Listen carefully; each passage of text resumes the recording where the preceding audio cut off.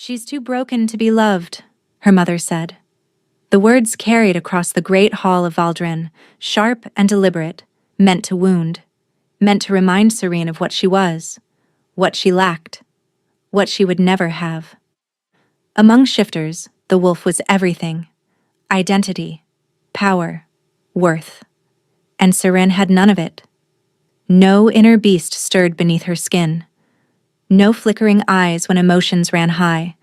She was hollow where others were whole, empty where others burned with primal fire. 23 years of silence where a wolf should have howled.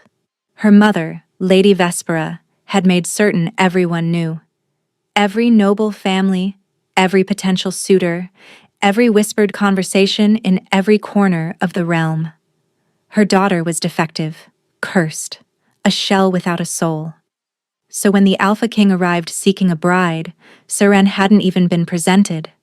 She'd been hidden in the servants' corridor, watching through a crack in the door as her younger sister Mira was offered like a prize. But then her mother spoke those words, and the Alpha King turned, Caius of Valdren, ruler of 5 territories. A man so powerful that other alphas lowered their eyes in his presence. A man who hadn't taken a mate in 32 years of life because no one could survive being loved by him. He walked past Mira without a glance, past her mother's stunned face, past the guards who scrambled to stop him. He found Serene in the shadows, and he said 2 words that changed everything. She's mine. Neither of them understood then what those words would cost. What loving a broken woman would do to a cursed king, or what happened when 2 people who believed themselves incapable of love discovered they were wrong. The great hall of Valdren had never seen such a gathering. Serene watched from the servants' corridor, pressed against cold stone, her eye aligned with the narrow gap between door and frame. She shouldn't be here. Her mother had forbidden it. But something had pulled her from her chambers tonight, some restless ache she couldn't name. Perhaps it was knowing that her sister would be chosen. Perhaps it was wanting to see the Alpha King, just once, before spending the rest of her life forgotten. The hall blazed with candlelight. Noble families from every territory had gathered, their daughters arranged in a glittering line before the empty throne. Silks and jewels, perfumed skin and carefully arranged hair. Each woman more beautiful than the last, each radiating the warm glow of a healthy wolf beneath the surface. Serene could feel them even from here. That hum of inner beasts, that pulse of life she'd never possessed. Mira stood at the center of the line, dressed in ivory and gold. At 19, she was everything Serene was not. Vibrant, whole, beloved. Their mother stood beside her, one hand resting possessively on Mira's shoulder. Lady Vespera was still beautiful at 48. Sharp cheekbones, silver-streaked hair, eyes like winter lakes. She'd been a great beauty once, had married a powerful lord, and had expected to produce powerful heirs. Then Serene had been born, wrong from the first breath, silent where she should have cried with the voice of her wolf, empty where the beast should have unfurled. Serene's father had loved her anyway, had held her close and whispered that she was perfect, that the wolf would come, that she must simply wait. He'd died when she was 12. After that, there was only her mother. The great doors opened, every head turned, every breath caught.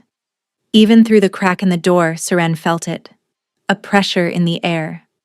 A weight that pressed against her chest and made her pulse stutter. The Alpha King entered. She'd heard stories. Everyone had. Caius of Valdren was a legend wrapped in shadow. The youngest king in 3 centuries, crowned at 19 after his father's mysterious death. Conqueror of the southern wastes. Destroyer of the Black Maw Rebellion. A ruler so powerful that his presence alone could force lesser wolves to their knees. But the stories hadn't prepared her for the reality. He was tall. That was the first thing she noticed. Taller than any man she'd ever seen, with shoulders broad enough to block the doorway.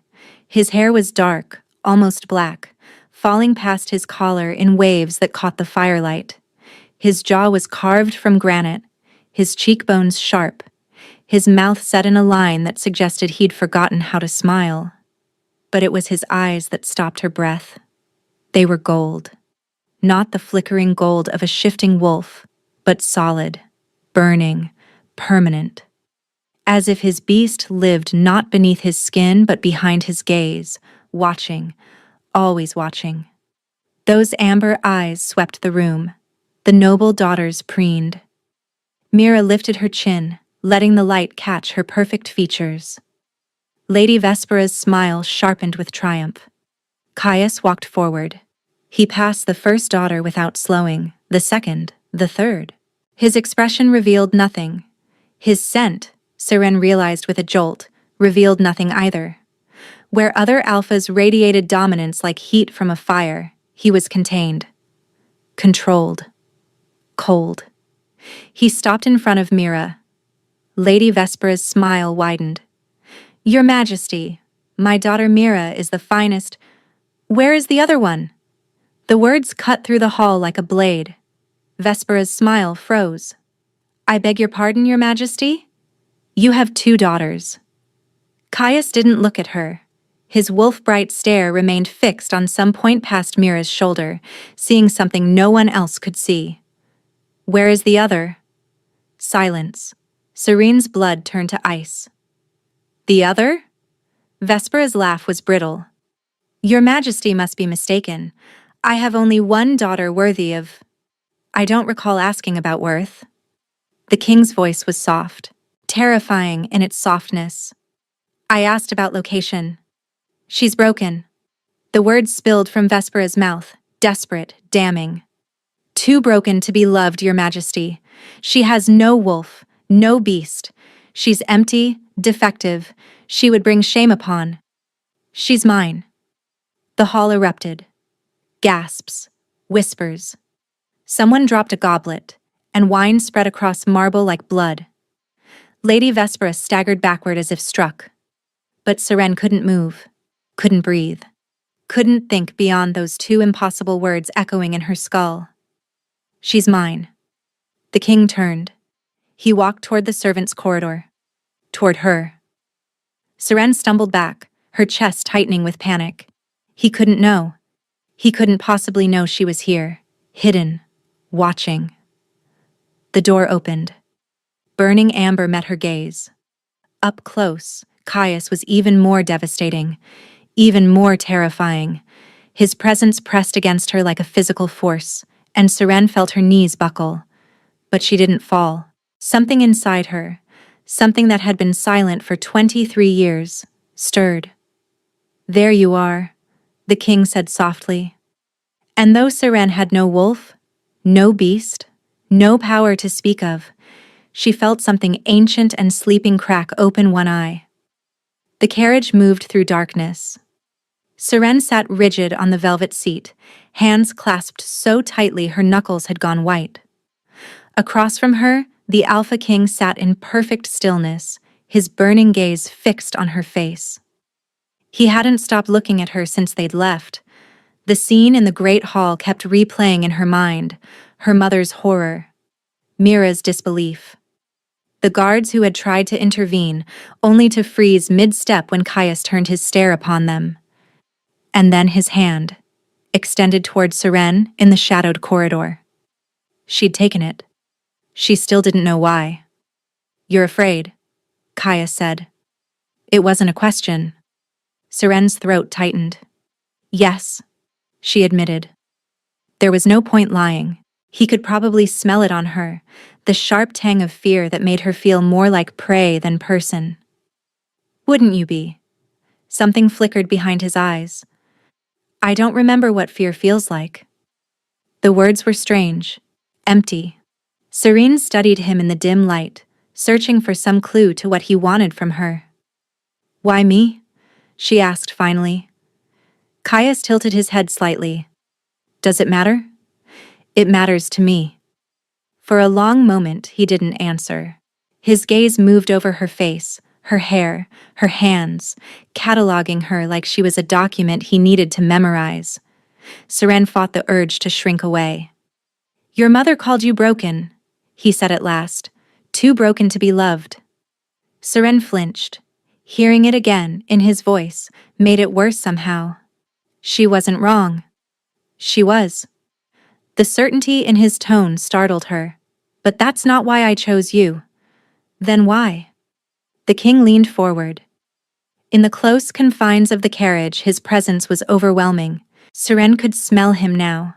Something dark and sharp, like smoke before a wildfire, like the moment before lightning strikes. Because you have no wolf, he said quietly. No beast, no heat. Seren's stomach dropped. You chose me because I'm defective? I chose you because you're safe. The word hit her like a slap. Safe, not beautiful, not worthy, not special. Safe. I don't understand, she whispered. Caius sat back, and for the first time Seren saw something crack in his perfect control. A muscle twitching in his jaw. A flicker of something dark in those amber depths. I have a curse, he said, passed down through my bloodline for 300 years. The moment I fall in love, truly, deeply love someone, my heart ignites, burns itself out. I die within days. Seren stared at him.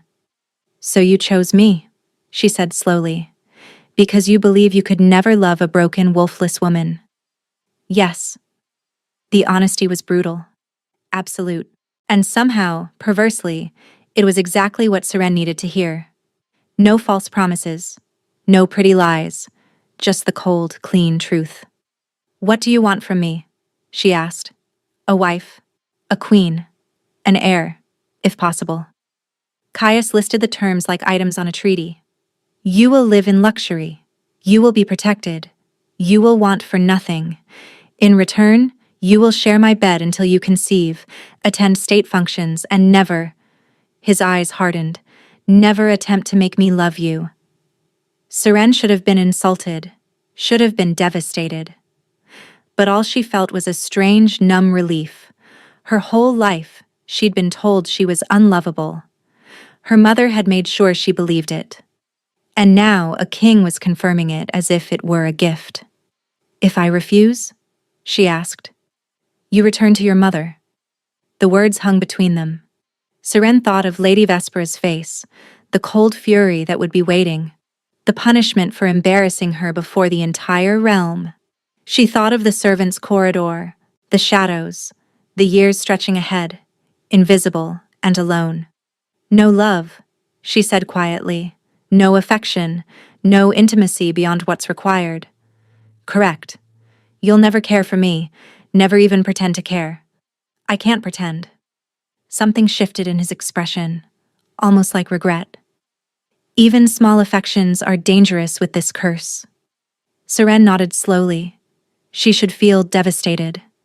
She should weep at the coldness of this bargain, at being chosen specifically because she was unchosen. Instead, she felt something she hadn't felt in years. Free. I accept, she said. Caius exhaled, just slightly, as if he'd been holding his breath. Then we have a contract. He extended his hand. Welcome to Valdrin, future queen. Seren took his hand. His skin was hot, burning hot, as if fire lived beneath the surface.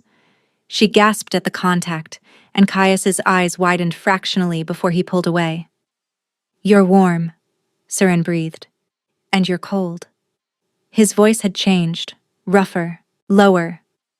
Colder than any wolf I've ever touched. She didn't know what that meant. But when his burning stare met hers, something in his carefully controlled expression flickered. And Seren wondered, for the first time, which of them was truly the dangerous one. The castle of Valdrin rose from the mountains like a beast of stone and shadow. Seren stared through the carriage window as they approached, her breath fogging the glass. She'd heard the stories, of course. Everyone had. The fortress that had never fallen, the walls that bled enemies' screams during sieges, the throne room where the Alpha King's grandfather had executed 300 traitors in a single night. But stories hadn't prepared her for the sheer scale of it. Towers clawed at the gray sky, banners snapped in a wind that smelled of snow and pine, and everywhere, carved into stone and woven into fabric, the sigil of House Valdrin, a wolf consumed by flames. "Does it please you?" Seren turned. Caius sat watching her, his expression unreadable. "It terrifies me," she admitted. "Good." The corner of his mouth twitched, almost a smile. "It should." They passed through 3 sets of gates. Each one required guards to verify the king's presence, to bow and scrape and murmur welcomes. Each one gave Seren more time to wonder what she was doing here. Then the carriage stopped. The door opened and a blast of cold air hit her face. Seren shivered, drawing her thin cloak tighter. She hadn't been allowed to pack anything from her mother's house. She had nothing but the dress on her back. A hand appeared. She looked up. Caius stood outside the carriage, his arm extended, his wolf-bright eyes reflecting the torchlight. "My lady," he said. The formality felt strange. Mocking, almost. Serene took his hand. Again, that burning heat. Again, that jolt of something she couldn't name. She stepped down onto frost-covered cobblestones and nearly fell when her slippers found no grip. Caius caught her. His arm wrapped around her waist, pulling her against his chest. For one breathless moment, Seren was pressed against solid muscle and scorching warmth, his heartbeat thundering against her cheek. Then he released her. "Careful," he murmured. "The stones are treacherous." She didn't know if he meant the courtyard or something else entirely. They walked through the castle in silence.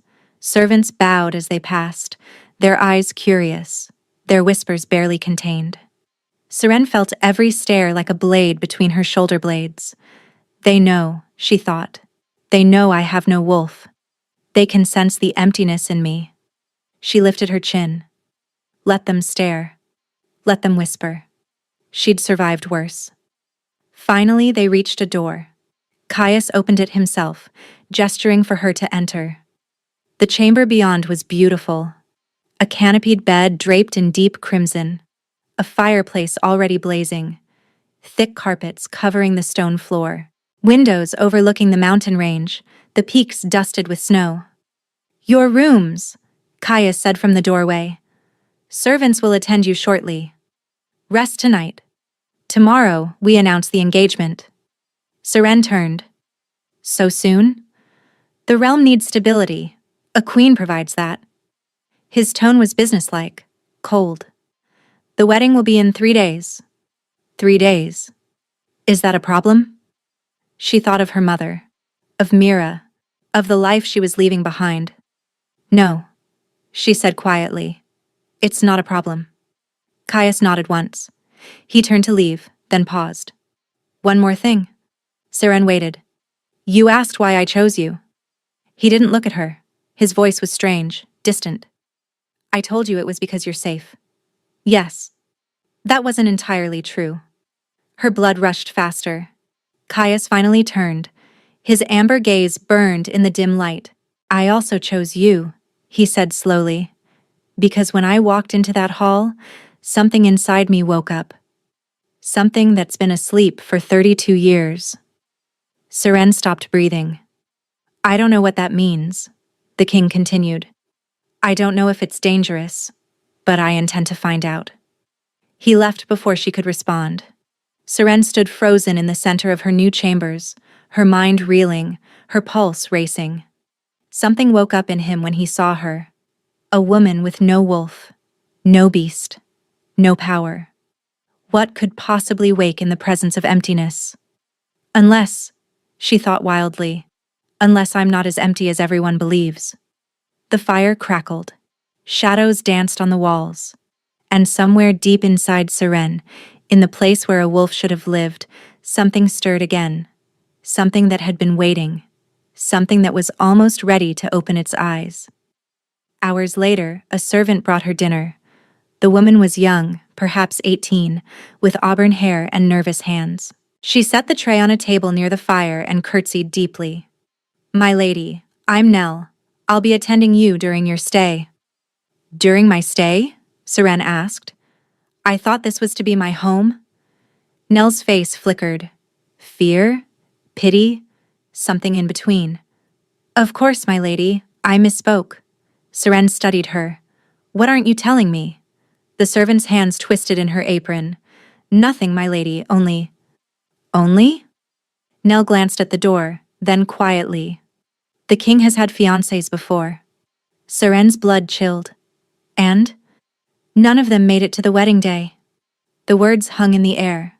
Seren's chest tightened. What happened to them? Nell's voice dropped even lower. The first was Lady Corinne. She lasted 2 months before she walked into the mountains and never returned. They found her at the bottom of a ravine. And the second? Lady Irina.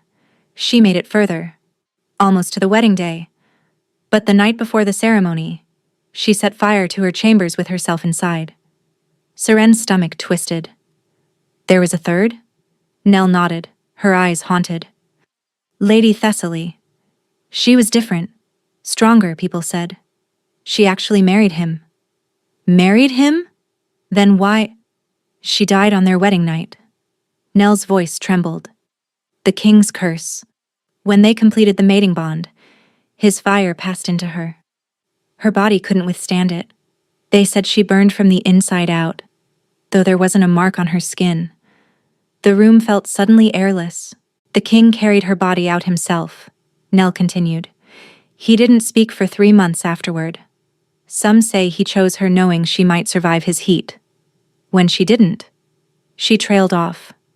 Seren sank into a chair, her appetite gone. The curse didn't just kill kings who loved, it killed anyone bonded to them. And she had just agreed to become his wife. The knock came at midnight. Seren had been lying awake, watching shadows crawl across the ceiling, when the sound broke the silence. She sat up, her breath catching. Who's there? The door opened. She expected Caius, expected burning eyes and difficult questions. Instead, she got someone worse. Lady Vespera swept into the room, still dressed in her traveling cloak, snow melting in her silver-streaked hair. Behind her, 2 guards stood in the doorway, their faces uncertain. Mother, Seren whispered. Vespera's smile was poison. Did you think I would let you humiliate me and simply disappear? How did you? I have allies everywhere, foolish girl, even in the king's household. Her mother circled the room like a predator, trailing one finger along furniture, across fabrics. You think you've won something. You think you've escaped. Seren stood. Her legs shook, but she stood. I've escaped you. The slap came fast, hard. Seren's head snapped to the side, pain exploding across her cheek. You've escaped nothing. Vespera gripped her chin, forcing Seren to meet her eyes. You're going to refuse this marriage. You're going to tell the king you were mistaken. And you're going to come home where you belong. No. The word came out stronger than Seren expected. Vespera's eyes widened. What did you say? I said no. Seren pulled free, stepping backward. I won't refuse, I won't go home, and I won't let you control me anymore. Silence. Then Vespera laughed. It was a terrible sound. Cold. Delighted. Wrong. Oh, sweet child, she murmured. You think you have a choice. She reached into her cloak and withdrew something small, a vial, dark liquid swirling inside. Do you know what this is? Seren's stomach dropped. Wolfsbane extract, her mother continued. Concentrated, lethal to any wolf within minutes. But you don't have a wolf, do you? So it won't kill you. It will simply... She smiled. Put you to sleep. Long enough for me to take you home. Long enough to make the king believe you fled in the night like the coward you are. Seren backed toward the window. The king will know. He'll come for me. Will he? Vespera advanced. He chose you because you're safe. Because he'll never love you. Do you really think he'll pursue a woman who rejected him? His pride would never allow it. She was right. Seren's stomach sank as she realized her mother was right. Caius had been clear. No love, no attachment. No reason to fight for her beyond the convenience of their arrangement. If she vanished tonight, he would simply choose another. Now then, Vespera uncorked the vial. Shall we do this the easy way, or shall I call my guards to hold you down? Seren looked at the vial, at her mother's triumphant face, at the guards blocking the only door. And something inside her snapped. Not broke, not crumbled. Snapped awake. Heat flooded her veins. No, not heat. Cold. Freezing, absolute cold that raced through her blood like glacial water. Her vision sharpened. The room seemed to brighten, shadows retreating from something that had no name, no form, but suddenly, undeniably, existed. Vespera froze. What? She breathed. Is that? Seren didn't know, but she felt it. Rising, expanding, filling the hollow spaces that had been empty for 23 years. Get out, Seren said. Her voice was different, layered, as if something else spoke with her. The guards stumbled backward. One of them whimpered. Vespera's face went white. The vial slipped from her fingers, shattering on the floor. This isn't possible, she whispered. You don't have a wolf. You can't. Get out! The windows rattled. The fire died to embers. Frost crept across the floor in crystalline patterns, and Lady Vespera fled. The door slammed behind her. Seren collapsed to her knees, shaking violently, her skin too cold, her breath too fast. The presence inside her retreated slowly, curling back into the darkness, settling into silence. But it was there now. She could feel it. After 23 years of emptiness, something finally lived inside her. And it was hungry. The wedding took place at sunset. Seren stood before the mirror in her chambers, barely recognizing the woman who stared back.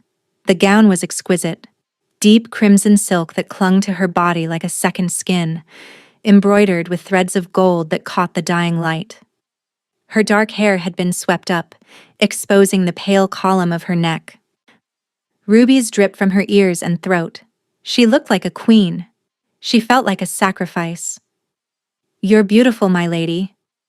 Nell stood behind her, hands clasped, eyes shining with something that might have been genuine warmth. The young servant had been different since that night.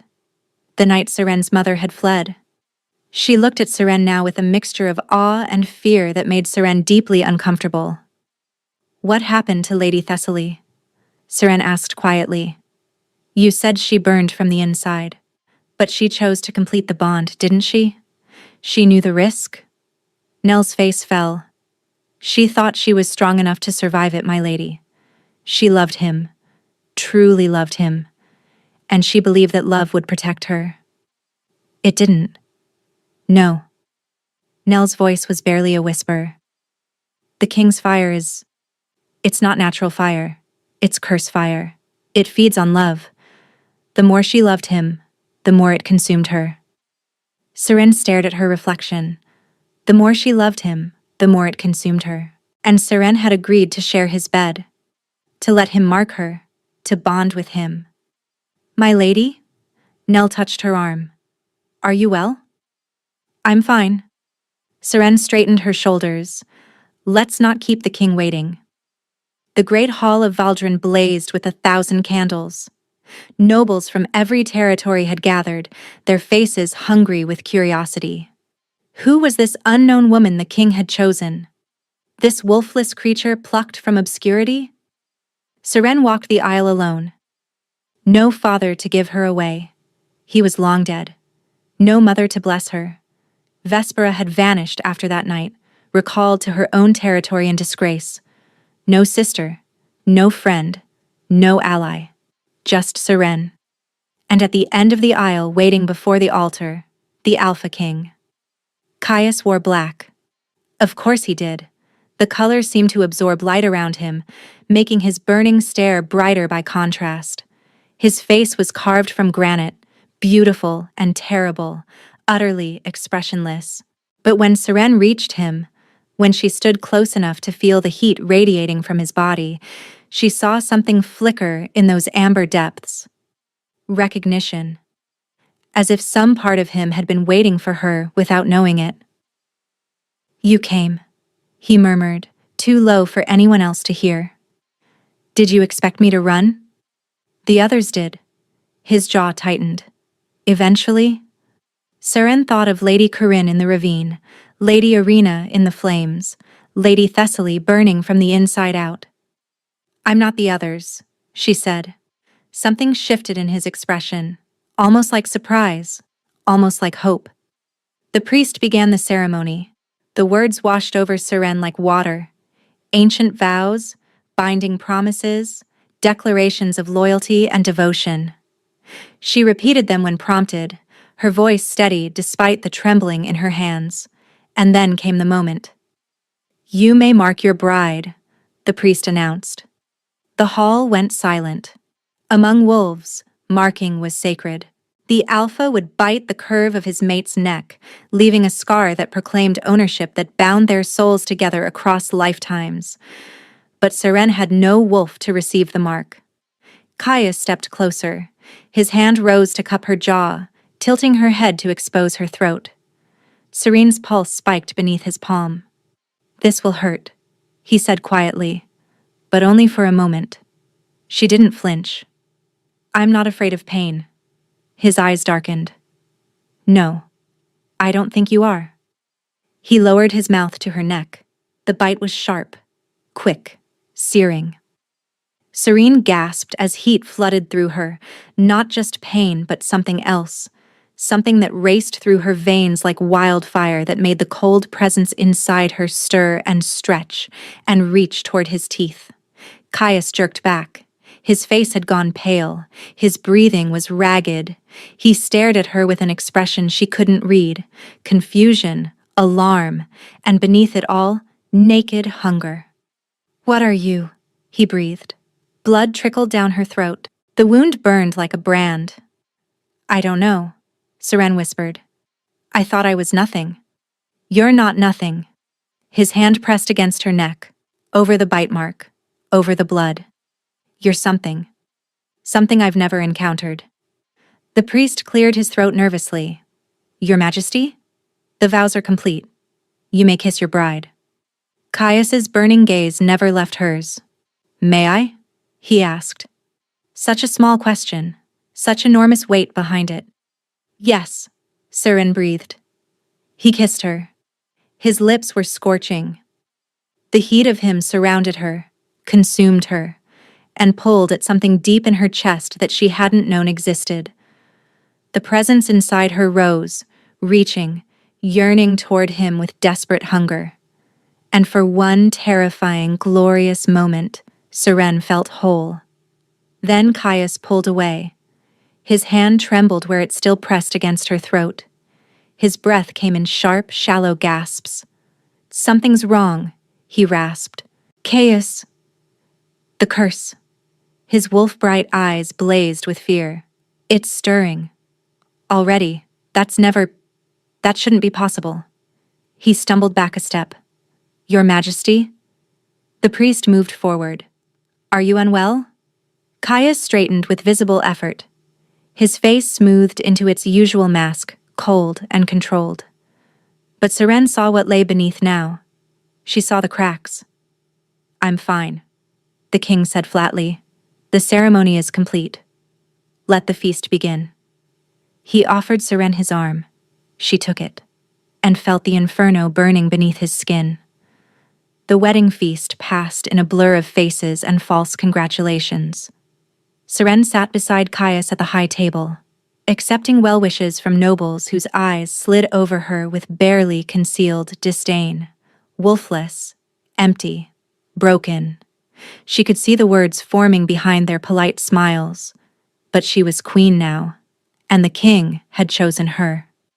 Caius spoke only when required, his responses clipped and formal. He didn't touch her again after that moment at the altar, kept careful distance between them, his hands gripping his goblet as if he feared what they might do if freed. Seren watched him, the tremor in his fingers, the sweat beading at his temples despite the cold hall.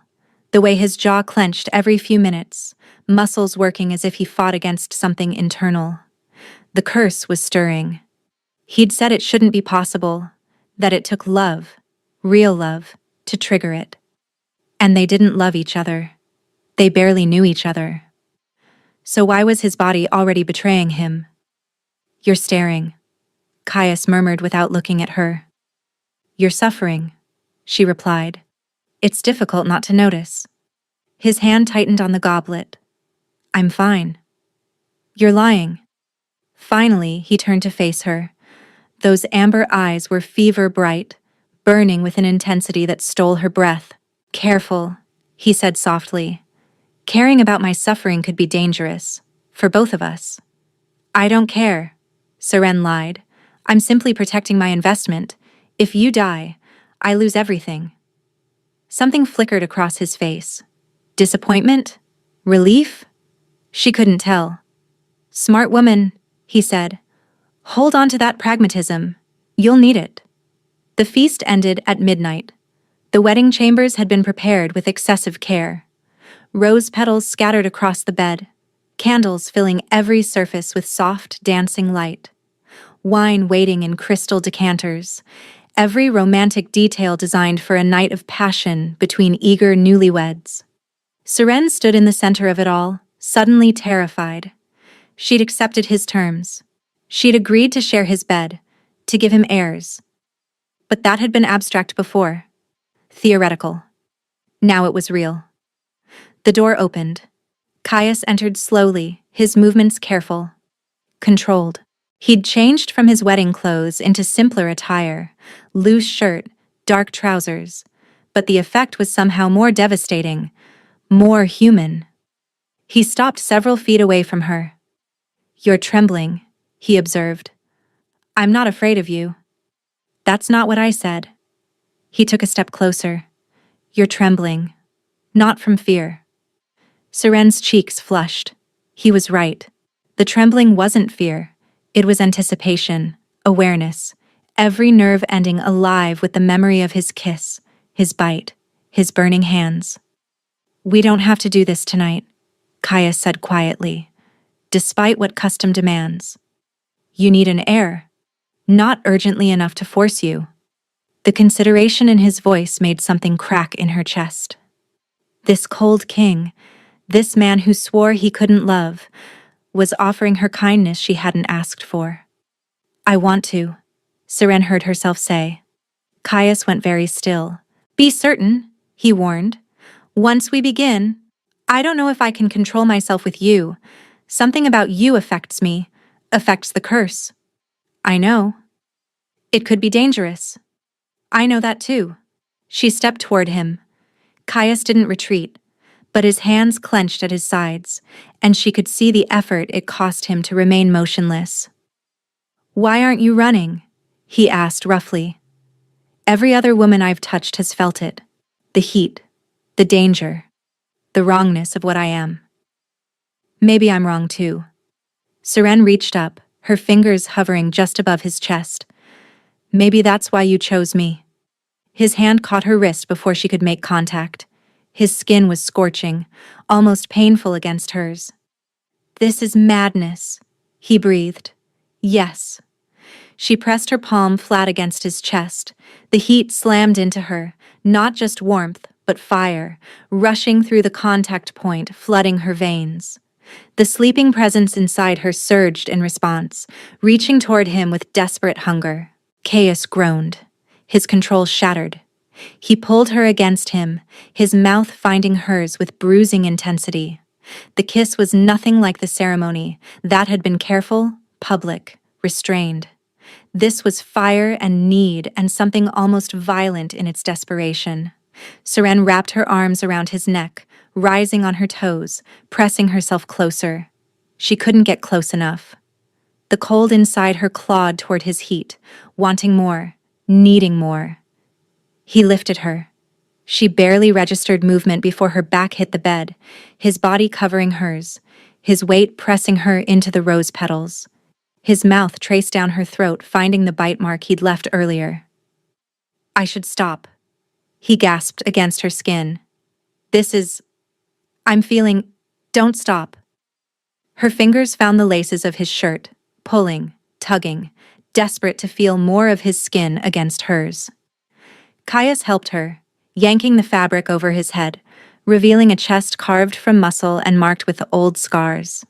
He was beautiful, terrifying and beautiful and burning so hot she wondered if he'd leave marks on her skin.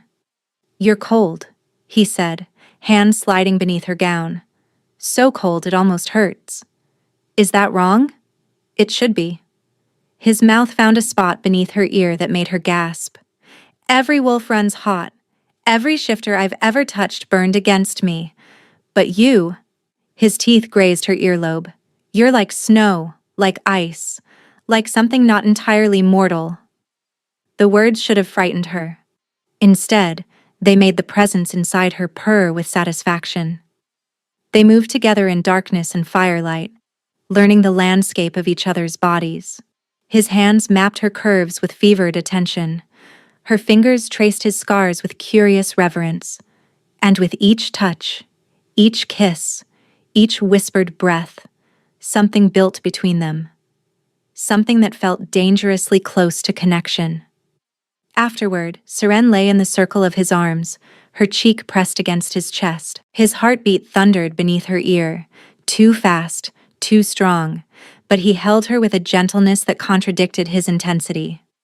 "That wasn't in the contract," she murmured. "What wasn't?" "Holding me. You said there would be no affection." Caius was silent for a long moment. "I find myself unable to let go," he admitted finally. "It's inconvenient." Despite everything, Seren smiled. "Inconvenient." "Highly." His arm tightened around her. "You should sleep. Tomorrow will be difficult." "Why?" "Because I'll have to pretend tonight didn't affect me." His voice roughened. "And every moment pretending will be a lie." Seren tilted her head to look at him. In the candlelight, his amber eyes had softened, the usual coldness replaced by something almost vulnerable. "Would it be so terrible?" she asked quietly. "To be affected?" "It would be fatal." The word hung between them.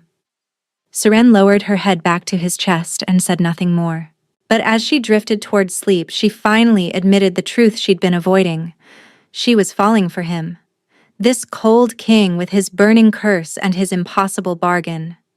This man who chose her because he thought she was safe, who held her like she was precious despite swearing he'd never care. She was falling, and she couldn't stop. And the cold presence inside her, that hungry, waiting thing, was falling with him. 3 months passed. 3 months of nights that Seren learned to crave like air. Each evening, Caius came to her chambers. Each evening, he touched her with that desperate, reverent intensity that made her feel like the only woman in the world. And each morning, he left before dawn, his mask firmly in place, his walls rebuilt against the daylight. The court whispered. They whispered about the wolfless queen who shared the king's bed every night. About the way his eyes followed her across rooms. About the strange energy that crackled between them during state functions. About the fact that the king seemed to be weakening. Serene noticed it first in small ways. The tremor in his hands during breakfast. The sweat on his brow after climbing stairs. The way he sometimes paused mid-sentence, pressing his palm against his chest as if something inside him burned. "You're worse," she said one night, tracing the lines of his face in the darkness. "Don't deny it." Caius caught her hand, pressing a kiss to her palm. "I'm fine." "You're lying again." "I'm always lying." His smile was sad. "It's the only way to survive." But she felt the heat radiating from him, hotter than before, almost feverish. And when she pressed her ear to his chest, his heart raced at a pace that couldn't be healthy. "Is it the curse?" she whispered. He didn't answer. "Caius, talk to me." "There's nothing to say." He pulled her closer, burying his face in her hair. "Just let me hold you. That's all I need." But it wasn't all he needed. And Seren knew, with growing certainty, that something was very wrong. The healers came in secret. Seren wasn't supposed to know. Caius had forbidden the staff from discussing his health, but Nell was loyal now, loyal to the queen who had shown her kindness. 3 healers this week, Nell whispered, helping Seren dress one morning. They leave looking terrified. One of them was crying. What did they say? Nothing. They refused to speak of it. Seren's hands clenched. Where is he now? The king went to his private chambers after the last healer left. He's been there for hours. Seren strode through the castle, her blood rushing and her mind racing. She found him in his private chambers, not the study, slumped in a chair before a dying fire, his shirt discarded, his chest bare. And on his skin, spreading from his heart like fractures in glass, were lines of glowing amber. Seren stopped breathing. It's beautiful, isn't it? Caius said without turning, the curse made visible. What is that? My death. He laughed bitterly. Happening in slow motion. She crossed the room, dropping to her knees before him. Up close, the lines pulsed with inner light, warm to the touch when she pressed her fingers against them. This shouldn't be happening, she said desperately. You said the curse activates when you fall in love. You said... I know what I said. His burning gaze met hers, and in it, she saw the truth he'd been hiding. I was wrong, Caius whispered. I thought I could control it. Thought I could have you without caring for you. Keep you close, without letting you in. Serene's chest cracked. I was a fool. His hand rose to cup her face, his thumb brushing her cheekbone. I've been falling since the moment I saw you hiding in that servant's corridor. Fighting it every day, losing more ground every night. Then stop. Tears blurred her vision. Push me away. Stop coming to my chambers. You said you wanted nothing from me. I said a lot of things. His smile was broken. None of them true. He leaned forward, pressing his forehead against hers. I love you, Seren. The words hit her like a blade. Don't, she begged. Take it back. You can't. I've tried not to. For 3 months, I've tried. His breath shuddered. But it turns out I'm not strong enough. Not with you. The glowing lines on his chest pulsed brighter. Caius winced, his hand flying to his heart.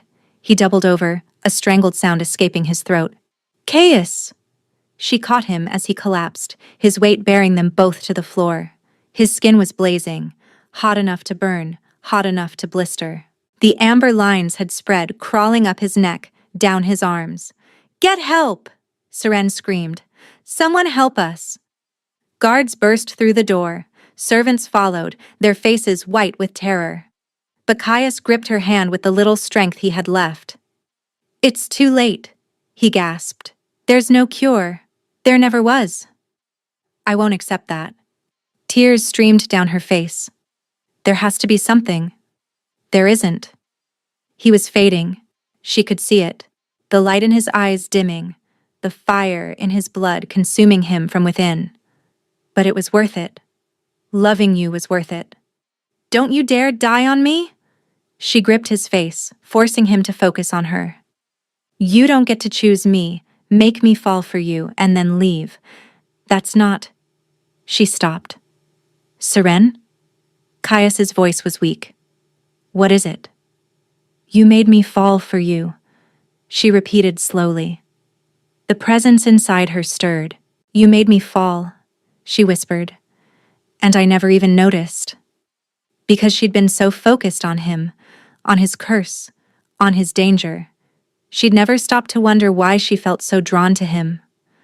Why her body responded to his touch like water to flame. Why the emptiness inside her had begun to feel less empty. What are you? Caius had asked, that first night. She finally understood. Seren pressed both palms against his burning chest, against the glowing lines of the curse, and reached for the cold inside herself. The presence didn't resist. It surged upward, cold and ancient and impossibly vast, filling her, consuming her, pouring through her hands and into Caius's body. Frost spread across his skin, the guards screamed, servants fled, But Seren didn't stop. She felt the curse now, felt the fire of it, the hungry, consuming blaze that fed on love and burned hearts to ash. And she felt her own power rising to meet it. Cold against heat, ice against fire, death against death. Seren. Caius's eyes flew open, wide with shock. What are you doing? You'll destroy yourself. Maybe. She smiled through her tears. But I love you too. And if you're going to burn, I'm going with you. The collision of powers built to a crescendo, heat and cold, fire and ice, love and love and love. Then everything went white. When Seren opened her eyes, she was lying on the floor of Caius's chambers. The fire had burned to embers. The windows had shattered, frost coating the broken glass. And beside her, utterly still, lay the king. The glowing lines were gone. His skin was cool, not cold, not burning, just normal, human. The fever that had plagued him for months had broken. Caius. She touched his face with trembling fingers. Caius, please. His eyes opened. Amber, clear and full of wonder. You saved me, he breathed. Seren started to cry. Not from fear this time, but from relief so profound it shattered her. You stupid, stubborn man. She pressed her forehead to his. You nearly died. Seemed like a reasonable price. His hand found hers, weaving their fingers together. For you. Nothing is worth that. You are. He sat up slowly, pulling her with him. His gaze roamed her face as if seeing her for the first time. Whatever you are, whatever you did, you pushed back the curse. I can feel it. It's weakened. Dormant. Dormant? Serene's breath caught. Not destroyed? Caius shook his head slowly. The fire is still there. Still waiting. But something is holding it at bay. He touched her cheek. You're cold. Whatever lives inside you, I don't know what I am. Seren shook her head. I don't even know what I did. Caius smiled. A real smile, warm and gentle. Nothing like the cold masks she'd grown accustomed to. Then we'll find out together, he said, before the curse wakes again. He kissed her. And for the first time, his lips weren't burning. They were just warm. But in the shadows of the doorway, unnoticed by either of them, a figure watched with calculating eyes. Lady Vespera had returned. And she had brought something far worse than wolfsbane. The days that followed were fragile, precious things. Seren spent them learning the shape of happiness, learning what it meant to wake beside a man who no longer burned with curse fire, learning how to smile without fear, to laugh without waiting for punishment. Caius was different now. The coldness that had defined him, that careful, controlled distance, had melted away like frost beneath spring sun. He touched her freely, casually, as if he couldn't bear to be apart from her. His hand finding hers during council meetings, his lips brushing her temple as they passed in corridors. Small intimacies that made the court whisper and stare. The wolfless queen had tamed the Alpha King. But Seren knew better than to believe in endings. Something had changed inside her when she'd pushed back the curse. The sleeping presence, that cold, ancient thing, was awake now. Fully awake.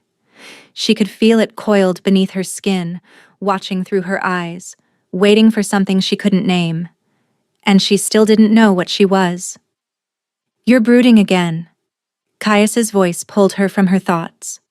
They were in the royal gardens, walking the path between winter roses, frost crunching beneath their boots. His hand was warm in hers. Warm, not burning, and the simple pleasure of it still amazed her. I'm thinking, she corrected. Dangerous habit. He lifted her hand to his lips. What troubles you?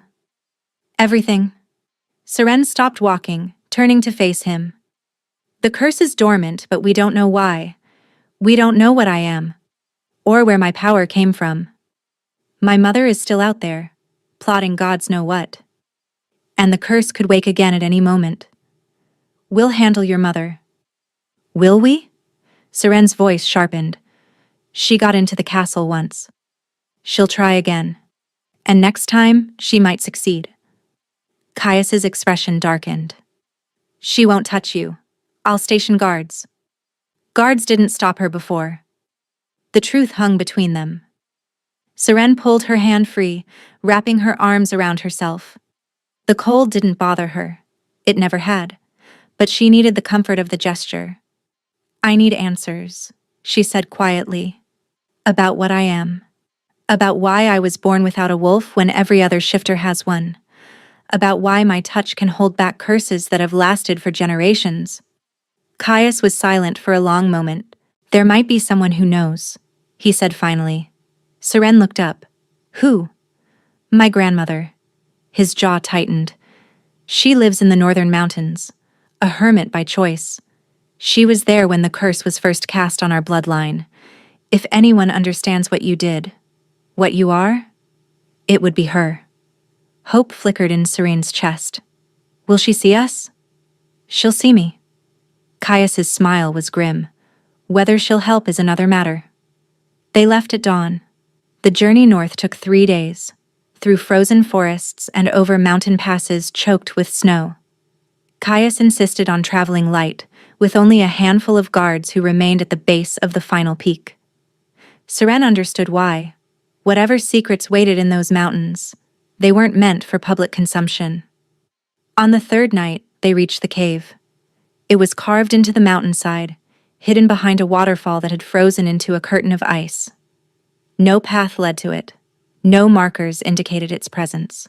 If Caius hadn't known exactly where to look, they would have walked past without noticing. Wait here, Caius told the guards at the tree line. He took Seren's hand and led her through the ice. The cave beyond was larger than she expected, a network of chambers lit by glowing crystals embedded in the walls. The air was warm, impossibly warm, as if summer lived inside the mountain. And at the heart of it, seated before a fire that burned without fuel, was an ancient woman. She was small, withered, her face a map of wrinkles and her hair a cascade of pure white. But her eyes, those eyes were sharp, gold, like Caius's, burning with an intelligence that belied her frail appearance. Grandmother, Caius said formally, I've come to ask. I know why you've come. The old woman's voice was surprisingly strong. Sit, both of you. They sat on furs spread before the fire. The warmth seeped into Seren's bones, and she realized with a start that she could feel it. Actually feel it. The cold inside her had retreated.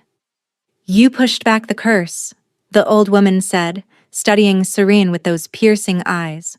I felt it, even here. 300 years of accumulated fire, forced into dormancy in an instant. I don't know how, Seren admitted. Don't you? The old woman smiled. Look deeper, child. The answer is inside you. Seren closed her eyes. She reached for that cold presence, that ancient thing that had saved Caius's life. It stirred at her touch, unfurling slowly, allowing her to see. Images flooded her mind. A woman made of ice, walking through a winter that never ended. A wolf carved from snow, howling at a moon made of frost. A kingdom beneath the glaciers, where creatures of cold lived and loved and died in their own eternal cycle. And a child. A child torn from that frozen realm, thrust into a world of warmth and wolves. Her true nature suppressed, her memories erased, her power locked away. Seren gasped, her eyes flying open. There she is, the old woman murmured. The winter wolf. I don't understand. Seren's voice shook. I can't be. You are. The old woman leaned forward. Centuries ago, our curse began with fire. A witch of flame, spurned by the first Alpha King, cast a spell that would destroy any king who dared to love. Fire consuming hearts, heat burning through bloodlines. She gestured at Seren. But the old magics seek balance. For every curse of fire, there must be a counter of ice, For every burning heart, a frozen one waiting to cool it. You're saying I was made to break the curse? Seren whispered. I'm saying you were born for it. The old woman's gaze softened. Your mother knew. That's why she hid you. Why she convinced you that you were broken, wolfless, empty. Because if you ever discovered what you truly were... The pieces clicked into place. She was afraid of me, Seren breathed. All those years of cruelty. It wasn't disgust. It was fear. Lady Vespera is many things, the old woman said grimly. But she is not a fool. She recognized the Winter Wolf the moment you were born. Recognized that you could undo everything her bloodline had built. Caius stiffened beside her. Her bloodline? The old woman's smile turned cold. Oh, did she not tell you? Lady Vespera is descended from the witch who cast the curse. The fire witch who damned your family 3 centuries ago. Silence crashed through the cave. She's been trying to ensure the curse claims Valdrin kings for generations, the old woman continued. Marriage after marriage, daughter after daughter, all designed to get close enough to watch them burn. And when you chose Seren Caius, when you chose the one woman who could break it, Vespera panicked. Seren's mind reeled. Her mother wasn't just cruel. She was calculated, deliberate. A weapon forged across centuries, aimed at a throne. She'll try again, Seren said. She's already trying. The old woman's expression darkened. I felt her crossing the eastern pass 2 days ago. She moves faster than you did, knows paths you don't. She brings something with her. Something old and terrible. Something that should have stayed buried. Caius was on his feet instantly. We need to return to the castle. You need to prepare for war. The old woman rose, suddenly seeming far larger than her frail body suggested. The Winter Wolf is awake, but she is not yet fully realized. You must embrace what you are, child. All of it. The cold. The wolf. The ancient power that sleeps in your blood. Only then can you destroy the curse completely and stop Vespera for good. She pressed something into Seren's hands, a shard of ice, clear as crystal, cold as death. When the time comes, the old woman said, you'll know what to do. They rode through the night. The horses were exhausted, foaming at the mouth, but Caius pushed them relentlessly. Seren clung to him, her pulse spiking, that shard of ice pressed against her chest. She'd been lied to her entire life. She wasn't broken, wasn't empty, wasn't defective. She was something ancient, something powerful, something her mother had tried to destroy. And now her mother was coming. They crested the final ridge as dawn broke, and stopped. Smoke rose from the castle of Valdrin. No, Caius breathed. They thundered down the mountain, through the gates, into a courtyard littered with fallen guards. The castle was chaos. Servants fleeing, soldiers shouting, the smell of blood and burning thick in the air.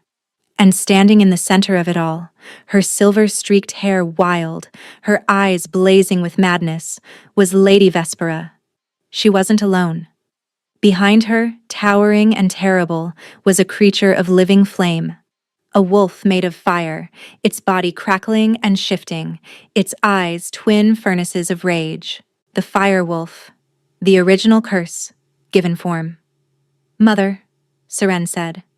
Vespera turned, and her smile was poison. Hello, daughter. I've been waiting. The fire wolf roared. Flames erupted across the courtyard, consuming everything they touched. Soldiers screamed as fire licked at their armor. Stone blackened and cracked. The very air became an inferno. Caius threw himself in front of Seren, his body a shield. But he wasn't fireproof, not anymore. Without the curse fully dormant, he was vulnerable. A man who could burn. How touching, Vespera called over the chaos, the king protecting his broken little bride. Tell me, Caius, does she still feel empty inside? Does she still believe she's worthless? She's worth more than you could ever comprehend, Caius snarled. Is she? Vespera's laugh was jagged. Let me tell you what she really is, Your Majesty. Let me tell you what I've spent 23 years trying to prevent. The fire wolf prowled closer, its heat blistering. My ancestor cast a curse on your bloodline, Vespera said. Fire to burn any king who dared to love. For 300 years it worked perfectly. King after king, dying in flames of their own making. And then you came along. She pointed at Seren. The universe's answer to my ancestor's curse, a creature of ice born to counter a line of fire. The moment I saw what you were, I knew I had to destroy you, suppress your power, convince you that you were nothing, because if you ever awakened, she'd break the curse, Caius finished, which she will. She pushed it back. Vespera spat. Temporarily, but the fire wolf is the curse's heart, its source. With it unleashed, the curse returns to full strength. And this time, there's no dormancy. This time, it burns everything. She raised her hand. The fire wolf lunged. Seren moved without thinking. She pushed past Caius, planting herself in the creature's path, and reached for the cold inside her. It came instantly, eager, hungry, and desperate to be unleashed. Ice exploded from her hands. It met the fire wolf mid-leap, and the collision was cataclysmic. Steam erupted in a blinding cloud. The ground shook. Windows shattered throughout the castle. When the steam cleared, the fire wolf was still standing. But it was smaller now. Flickering. Uncertain. Impossible, Vespera hissed. I'm done being afraid of you, Seren said. Her voice resonated with power, that layered quality she'd heard once before, the night her mother had first tried to take her.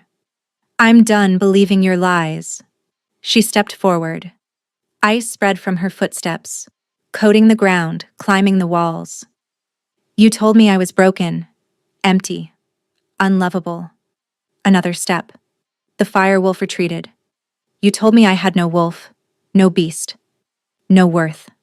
The shard of ice in her hand began to glow. But I was never empty. Seren's eyes blazed, not gold like Caius's, but white, pure, burning white. I was waiting. For 23 years I was waiting for this moment.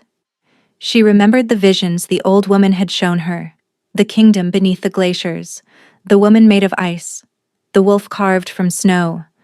Her wolf, not absent, not dead, just sleeping, like her, waiting to be awakened.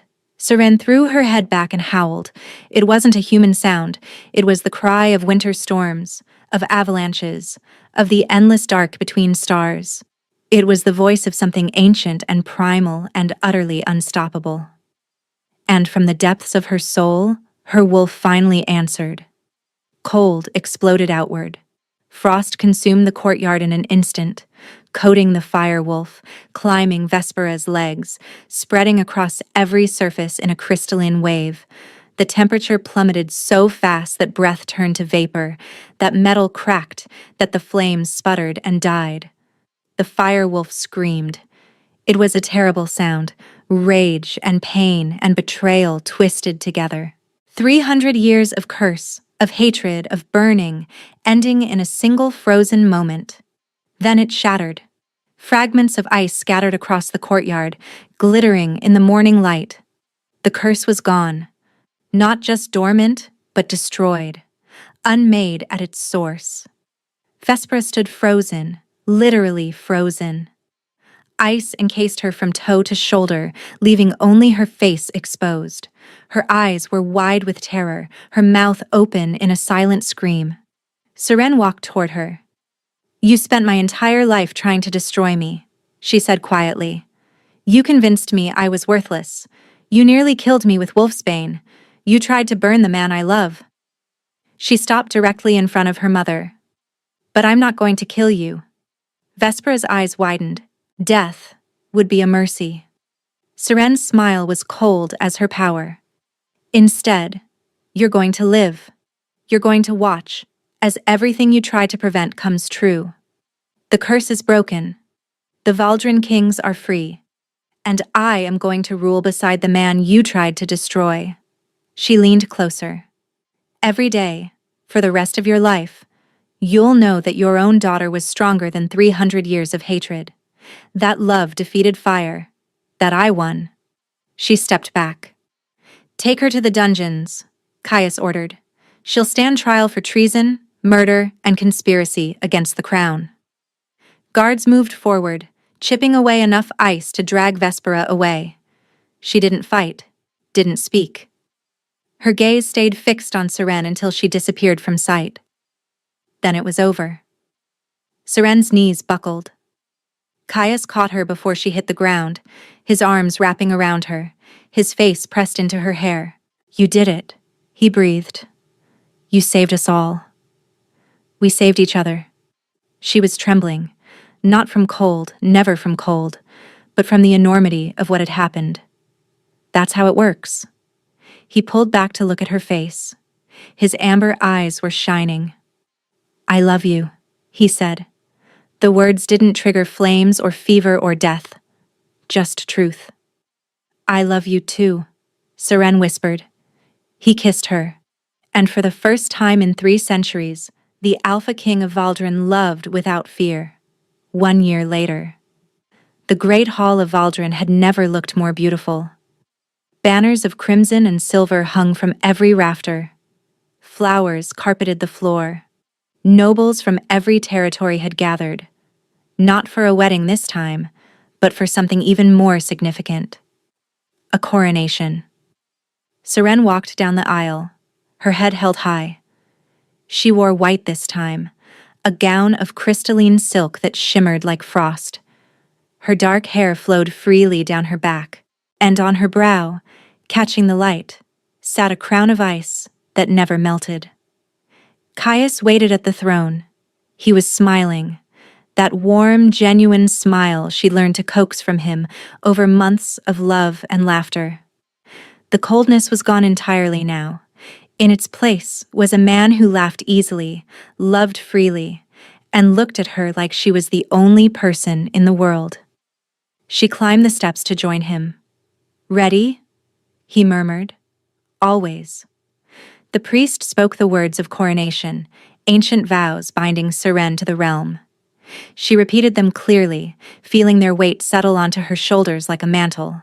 And then Caius lifted the crown from her head, the ice crown that was part of her now, and replaced it with another, gold and rubies, crafted to fit perfectly beside his own. I crown you Queen of Valdren, he announced, his voice carrying through the hall. My equal in all things, my partner in all decisions, my heart, now and forever. The hall erupted in cheers. In the crowd, she spotted familiar faces. Nell, tears streaming down her cheeks, clapping harder than anyone.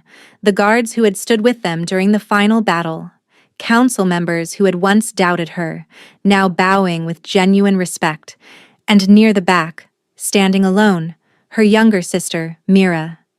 Their eyes met. Mira had written 3 months ago, asking for forgiveness. Asking if there was any place for her in Seren's new life.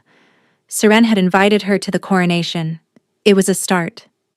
Perhaps in time they could build something new, a sisterhood untainted by their mother's poison. Mira inclined her head. A small gesture, an acknowledgement. Seren nodded back. Then she turned to the man beside her. Thank you, she whispered. For what? For seeing me. She touched his face. When everyone else looked through me, you saw me. Even hiding in a servant's corridor. Even covered in shadows. Caius's smile softened. I couldn't help it, he said.